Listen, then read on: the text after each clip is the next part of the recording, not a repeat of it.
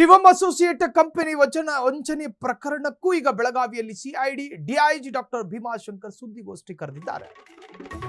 ಶಿವಂ associate company ವಂಚನೆ ಪ್ರಕರಣಕ್ಕೆ ಸಂಬಂಧಪಟ್ಟ ಬೆಳಗಾವಿಯಲ್ಲಿ CID DIG doctor Bhimashankar press meet. 20 ದಿನಗಳ ಹಿಂದೆ ಶಿವಂ ಅಸೋಸಿಯೇಟ್ ಮೇಲೆ ದಾಳಿಯಾಗಿತ್ತು. ಅಕ್ರಮ ಠೇವಣಿ, ಆಮಿಷ ಒಡ್ಡಿ ಹಣ ಸಂಗ್ರಹ ಮಾಹಿತಿ ಮೇರೆಗೆ ದಾಳಿಯಾಗಿತ್ತು.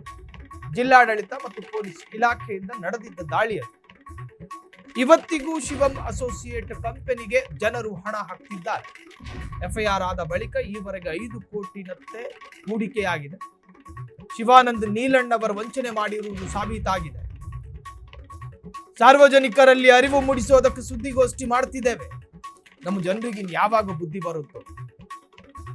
ಶಿವಂ ಅಸೋಸಿಯೇಟ್ ಲಿಟ್ರಲಿ ಮೋಸ ಮಾಡಿದೆ ಅನ್ನೋದು ಖಾತ್ರಿಯಾದ ಮೇಲೆ ಇನ್ಶರ್ಟ್ ಮಾಡಿರೋ ಶರ್ಟ್ ಅನ್ನು ಎತ್ತೋದಕ್ಕೆ ಅವಕಾಶ ಕೊಡದಲ್ಲಿ ಪೊಲೀಸ್ನವ್ರು ಎಳ್ಕೊಂಡು ಹೋಗಿದ್ರು ಆ ಪುಣ್ಯಾತ್ಮನ್ನ.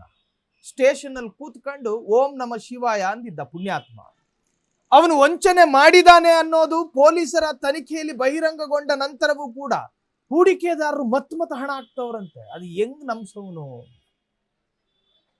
ಕೆಲವರು ಈ ಮನುಷ್ಯನನ್ನ ದೇವರು ಅಂದವರು ಕೂಡ ಇದ್ದಾರೆ. ನಮ್ಮ ದೇವರು ತಪ್ಪೇ ಮಾಡೋದಿಲ್ಲ ಅಂತ ಹಾಡ್ ಹಗಲೆ 4,000 ಕೋಟಿ ವಂಚನೆಯ ಆರೋಪ ಹೊತ್ಕೊಂಡು ಹೋಗಿದ್ದಾನೆ ಜೈಲಿಗೆ.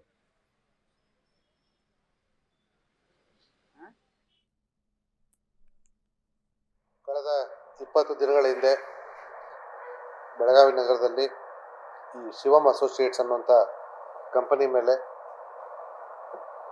ಅಕ್ರಮವಾಗಿ ಠೇವಣಿನ ಸಂಗ್ರಹಿಸ್ತಾ ಇದ್ದಾರೆ ಹಾಗೂ ಕೆಲವೊಂದು ಆಮಿಷಗಳನ್ನ ಒಡ್ಡಿ ಸಾರ್ವಜನಿಕರಿಂದ ಹಣ ಠೇವಣಿ ಇಡೋ ಹಾಗೆ ಮಾಡ್ತಾ ಇದ್ದಾರೆ ಅನ್ನೋಂಥ ಒಂದು ಮಾಹಿತಿಯ ಮೇರೆಗೆ